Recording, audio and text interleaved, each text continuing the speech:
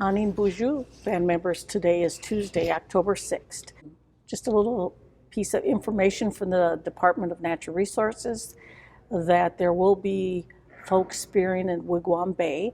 So if you're interested in the fall harvest, please contact the Department of Natural Resources and they can assist with that. Also, a reminder that census, if you haven't filled out your census, you still have the opportunity to do so. And also, the District 1 rep is hosting a question and answer session with administration regarding the retirement letter that went out to the elders. And again, I just wanted to let you know that initially when this retirement concept came to be, it was because we have elders that are in their 70s and 80s that were concerned about their health.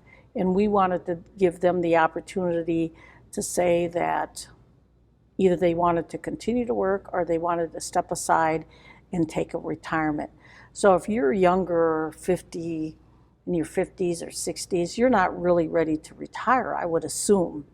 And I think that's where some of the questions probably arise from, is that you know you're not really retirement age, but you maybe want to be included in the benefit. So that question and answer hosted by the District 1 rep will happen tonight, and Pete Nakonabe from administration will be there to answer questions as well. Again, the COVID numbers, we talk about that on a daily time frame when I'm on videos. On the reservation, we haven't increased. So the 19 cases that we had, and I think there was 19, 11 in District 1, 3 in District 2, 5 in District 3. Those are all those individuals were in quarantine and now they're out. And now the COVID updates for the county. In Aiken, we have 103. Yesterday, there was 101. Crow Wing, today we have 658 positive cases. Yesterday, it was 647. Mille Lacs, we had 194, and today it's 195. And Pine County, yesterday 384, and today it is 405.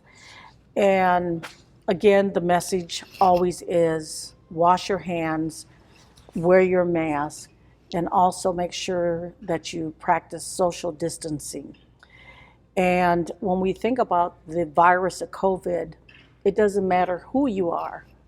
You have the possibility of being infected by the virus. As we well know with our President of the United States, he and his wife and many of his trusted advisors, all positive with the coronavirus. And some could say that they don't wear their mask in their meetings and there wasn't a lot of social distancing. And that's kind of scary when you think about it. And even though our president wants to show that he's a very strong individual and making statements of, oh, don't worry about the COVID, you know, more people die from the flu and, you know, don't let it overtake your life. I think the message is that we need to be concerned about it. We need to be concerned about our elders and our children and our families and our community members. And that's why we stress wearing a mask, making sure you continuously wash your hands, and the social distancing. And that is very important. And if you look at the statistics that comes from the CDC, there's a lot of information that should put everybody on alert and to really pay attention and make sure they prevent the virus from infecting them as individuals. From now until November, you will hear me talk a lot about voting. And what I like to stress, that for each of us to go out and vote. And it doesn't matter which candidate you support.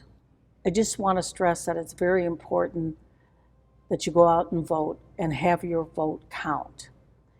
Tonight, there's the debate between the vice president and the candidate for vice president of the United States, and that's, of course, Pence and Harris.